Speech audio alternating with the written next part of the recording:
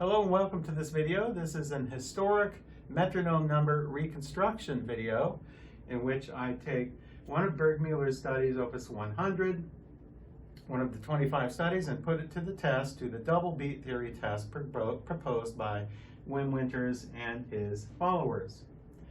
Number 6 is progress. I'm on this number in this video. It is marked a 132 quarter note. It's marked Allegro. Allegro 132.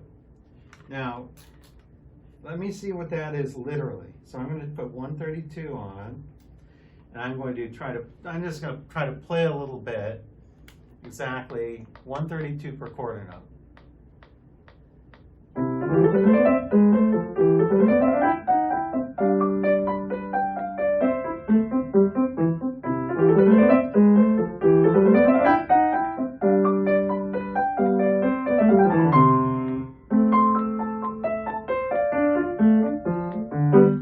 That would be what it would sound like. That to me would be more like something like a molto presto, molto presto, molto something. It would be way up there. So I would not consider that an allegro.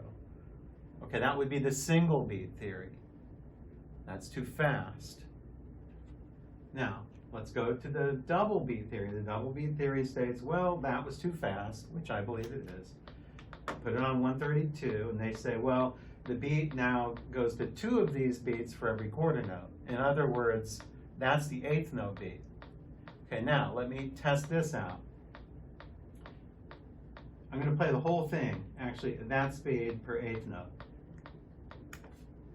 Then I'll offer you my thoughts.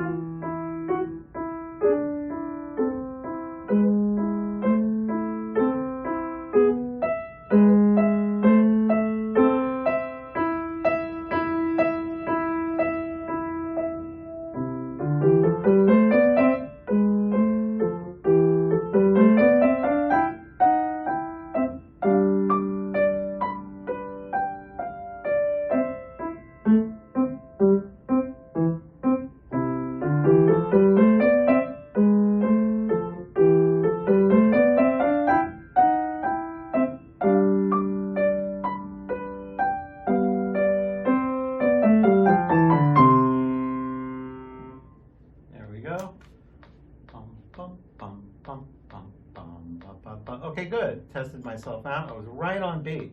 132 per 8th note for the double beat theory. Here are my thoughts. This is not allegro.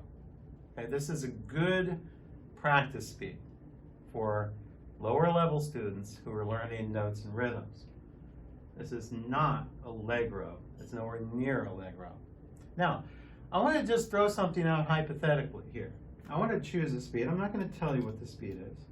I'm just going to pick a speed here. I'm going to play a little bit of this. I want you to tell me what you think of this. Really think about this speed. And then I have a question about this speed.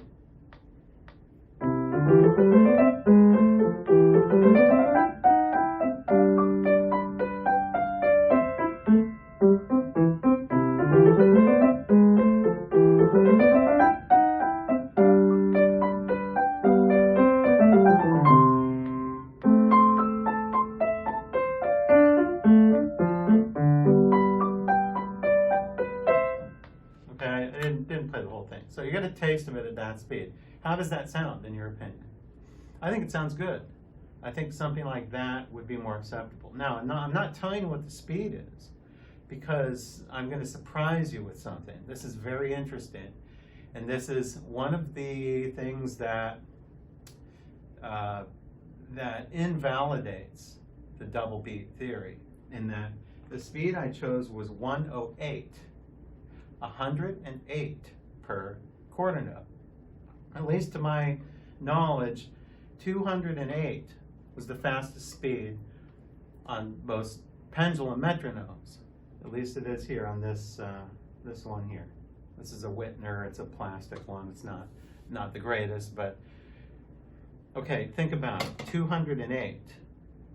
Now, what's half of 208? Is 104. So let's say hypothetically, if BURGMÜLLER or whoever wrote these metronome marks wanted this number 6, let's say they wanted that at 108, which is not even that fast for the speed. I mean, most people play it even faster than that. But if I put it on 108,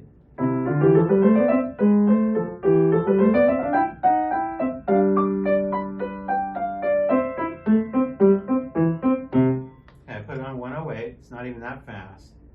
That, I think, would be a good allegro for this style. You can't indicate that in double beat because that would be 216. So have you ever noticed how no double beat speeds are ever faster than like 200?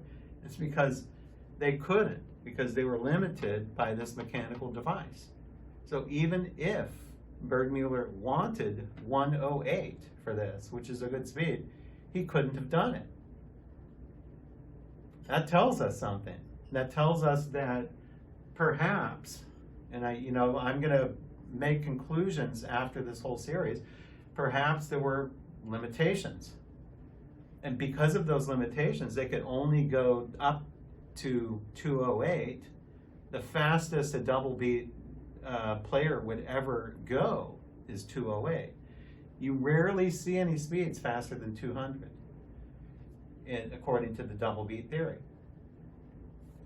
It's something to think about. It's very important because that invalidates the whole double beat theory, or at least it tells us this. It tells us that perhaps the speeds are all practice tempi and not ideal performance tempi because of the limitations of this mechanical device.